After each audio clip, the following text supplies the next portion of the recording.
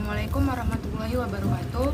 Perkenalkan, nama saya Anindya Helma Pradipta, NIM 190170116. Nama saya Mahesa dengan NIM 190170099. Nama saya Fadlur Rahman, NIM 190170103. Kenalkan, nama saya Khairul Akram, NIM 190170125. Saya Rifki Yudhiyadi Parpaung dengan NIM 190170105.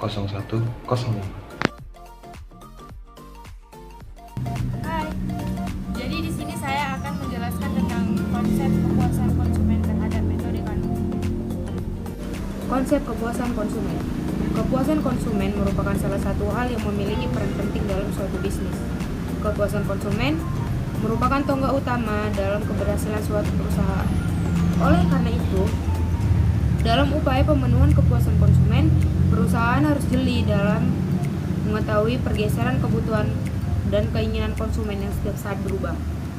Menurut Kotler 2002, kepuasan adalah tingkat perasaan seseorang atas hasil perbandingan atau kinerja produk atau jasa yang diterima dengan yang diharapkan sebelumnya. Kepuasan pelanggan merupakan suatu tanggapan emosional pada evaluasi pengalaman konsumen atau produk jasa. Selanjutnya kita masuk ke metode Kano. Ada banyak beberapa metode yang biasa digunakan untuk mengukur kepuasan konsumen. Namun, kesempatan kali ini kita akan membahas tentang penilaian kepuasan konsumen menggunakan metode Kano. Metode Kano bertujuan untuk mengkategorikan variabel-variabel dan produk maupun jasa berdasarkan seberapa baik produk atau jasa tersebut mampu memuaskan kebutuhan pelanggan. Acuan yang digunakan dalam penggunaan metode Kano adalah variabel kualitas yang sulit dilihat atau intangible, sehingga dapat dipahami dengan mengkategorikan variabel-variabel secara jelas dalam memenuhi kebutuhan pelanggan. Kano bertujuan menyeleksi banyaknya suara konsumen yang diterima, sehingga nantinya akan terpilih suara konsumen yang memberikan kepuasan terbaik, sedangkan yang tidak memiliki dampak kepuasan akan dieliminasi. Berdasarkan karakteristik kebutuhan pelanggan, terdapat 6 kategori kebutuhan berdasarkan metode Kano.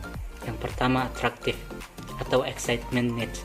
Kategori atraktif merupakan kategori yang tidak diharapkan oleh pelanggan tetapi menghasilkan kepuasan pelanggan yang tinggi. Namun, jika variabel ini tidak ada, maka tidak akan mempengaruhi kepuasan pelanggan. Ciri khas dari kategori atraktif adalah dapat memenuhi kebutuhan pelanggan yang sebenarnya tanpa menyadarinya, atau kebutuhan terpendam sehingga memunculkan efek kepuasan oleh pelanggan. 2. One dimensional. Kategori one dimensional merupakan kategori yang menampilkan hasil performa pada jasa atau produk sebanding dengan kepuasan pelanggan. Jika performa yang dihasilkan bagus, maka kepuasan pelanggan akan tinggi dan begitu juga sebaliknya. 3. Must be. Kategori must be merupakan kategori yang harus ada di dalam jasa atau produk. Persyaratan pelanggan tidak dapat dicapai oleh perusahaan menyebabkan ketidakpuasan pelanggan menjadi tinggi. Namun jika persyaratan itu tidak dapat dicapai oleh perusahaan, maka efek kepuasan pelanggan yang diperoleh masih terbatas. 4. Indifferent. Kategori indifferent merupakan kategori yang tidak baik atau tidak buruk oleh pelanggan, sehingga kategori indifferent sulit mengidentifikasi pengaruh kepuasan atau ketidakpuasan pelanggan. 5. Reverse. Kategori reverse merupakan kategori yang tidak baik dan kebalikan dari one dimensional.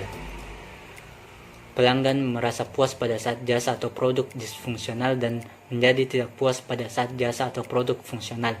Faktor penyebabnya adalah penambahan variabel yang justru tidak dikehendaki oleh pelanggan. 6. Questionable. Kategori questionable merupakan kategori yang mengindikasikan suka pada saat produk fungsional dan disfungsional. Namun, responden bisa juga mengindikasikan tidak suka pada saat produk fungsional dan disfungsional dengan memilih pernyataan keberatan. Nah, di sini saya akan menjelaskan langkah-langkah dalam mengklarifikasi model Kano menurut Walden 1993. Yaitu dengan menentukan atribut pertanyaan berdasarkan tabel evaluasi Kano dan memberikan penilaian dengan cara light, di mana poin 1 diberikan dengan nilai terendah dan poin 5 sebagai nilai tertinggi. Kuesioner yang akan disebarkan memiliki bentuk yang khusus, di mana setiap pertanyaan mengandung komponen pilihan jawaban yang terdiri dari suka, harus, netral, boleh, dan tidak suka. Nah, langkah-langkah pengisian jawaban oleh responden pada kuesioner ini diberikan dengan skala light, dengan keterangan jawaban sebagai berikut. Tidak suka yang bernilai 1, toleran yang bernilai 2, netral yang bernilai 3, harapan bernilai 4, dan suka bernilai 5.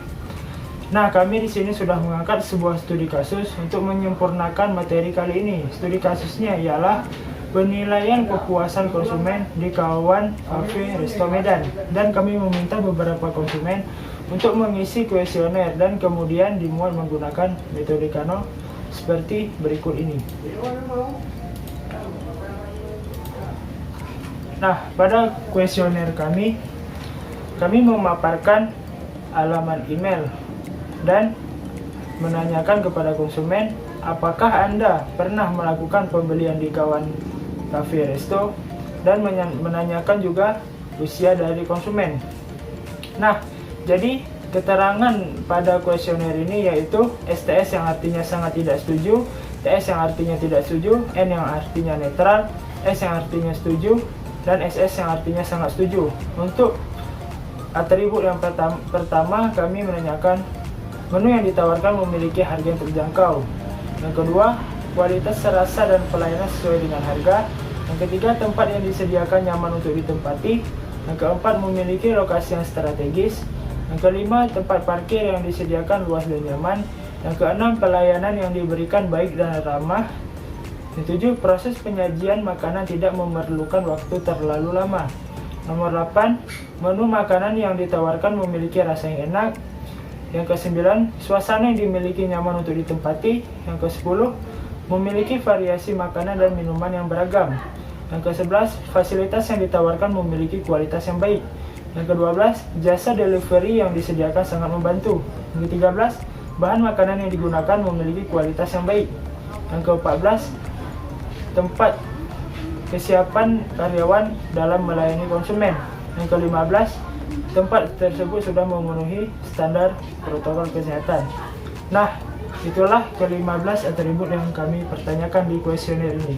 Untuk rekapitulasi kuesioner tersebut akan dijelaskan oleh teman saya. Nah, untuk menyempurnakan materi kali ini, kami sudah meminta beberapa konsumen di kawan kafe Resto Medan untuk mengisi kuesioner yang telah kami buat. Hasil rekapitulasi datanya kami muat dalam slide sebagai berikut ini.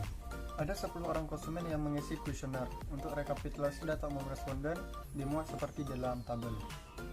Laki-laki berjumlah 9 orang dan perempuan berjumlah 1 orang. Untuk usia respondennya, usia 15 sampai 19 tahun ada 4 orang dan usia 20 sampai 24 tahun ada 6 orang. Untuk rekapitulasi kuesioner Kano, ada beberapa aspek yang kami sediakan. Yang pertama, aspek ekonomis. Atribut yang pertama, menu yang ditawarkan memiliki harga yang terjangkau. Atribut yang kedua, kualitas rasa dan pelayanan sesuai dengan harga. Untuk aspek ergonomis, atribut yang pertama, tempat yang disediakan nyaman untuk ditempati. Atribut yang kedua, memiliki lokasi yang strategis. Atribut yang ketiga, tempat parkir yang disediakan luas dan nyaman. Untuk aspek durability, atribut yang pertama, bahan makanan yang digunakan memiliki kualitas yang baik. Atribut yang kedua, tempat tersebut sudah memenuhi protokol kesehatan. Dan untuk aspek performance, atribut yang pertama, proses penyajian makanan tidak memerlukan waktu yang terlalu lama. Atribut yang kedua, menu makanan yang ditawarkan memiliki rasa yang enak. Atribut yang ketiga, suasana yang dimiliki nyaman untuk ditempati. Atribut yang keempat, fasilitas yang ditawarkan memiliki kualitas yang baik. Untuk atribut yang kelima, kesiapan karyawan dalam melayani konsumen. Dan aspek fitur, atribut yang pertama, memiliki variasi makanan dan minuman yang beragam. Atribut yang kedua, jasa delivery yang disediakan sangat membantu. Kemudian atributnya diurutkan dengan angka 1 hingga angka 15 dan dimuat seperti di dalam tabel. Angka 1 merepresentasikan nilai tidak suka, angka 2 merepresentasikan nilai toleran, angka 3 merepresentasikan nilai netral, angka 4 harapan, dan angka 5 merepresentasikan nilai suka. Selanjutnya, menghitung jumlah atau nilai masing-masing atribut Kano dalam tiap-tiap atribut terhadap semua responden, kemudian ditentukan kategori atau grade Kano tiap atribut dengan menggunakan Bloch's formula dengan ketentuan sebagai berikut. Yang pertama, jika jumlah nilai one-dimensional plus attractive plus must be lebih besar dari jumlah nilai indifferent plus reverse plus questionable, maka grade diperoleh maksimum dari one-dimensional attractive must be. Yang kedua, jika jumlah nilai one-dimensional plus attractive plus must be lebih kecil dari jumlah nilai indifferent plus reverse plus questionable, maka grade diperoleh maksimum dari indifferent reverse questionable. Yang ketiga, jika jumlah nilai one-dimensional plus attractive plus must be sama dengan jumlah nilai indifferent plus reverse plus questionable, maka grade diperoleh maksimum di antara kategori Kano, yaitu one-dimensional attractive must be indifferent reverse questionable. Setelah kategori atribut pada metode Kano dikumpulkan, kemudian ditentukan direktur tinggi dari masing-masing atribut dengan Bloch's formula, seperti tabel di bawah. Pada aspek ekonomis, terdapat dua atribut, dengan satu grade A dan satu grade M. Pada aspek ergonomis, terdapat tiga atribut dengan dua grade M dan satu grade O. Pada aspek durability, terdapat dua atribut dengan dua grade A. Pada aspek performance, terdapat 6 atribut dengan grade A, M. Pada aspek fitur, terdapat dua atribut grade M dan A. Mungkin itu saja penjelasan dari kami. Lebih dan kurang kami mohon maaf. Billahi taufiq wal hidayah. Assalamualaikum warahmatullahi wabarakatuh.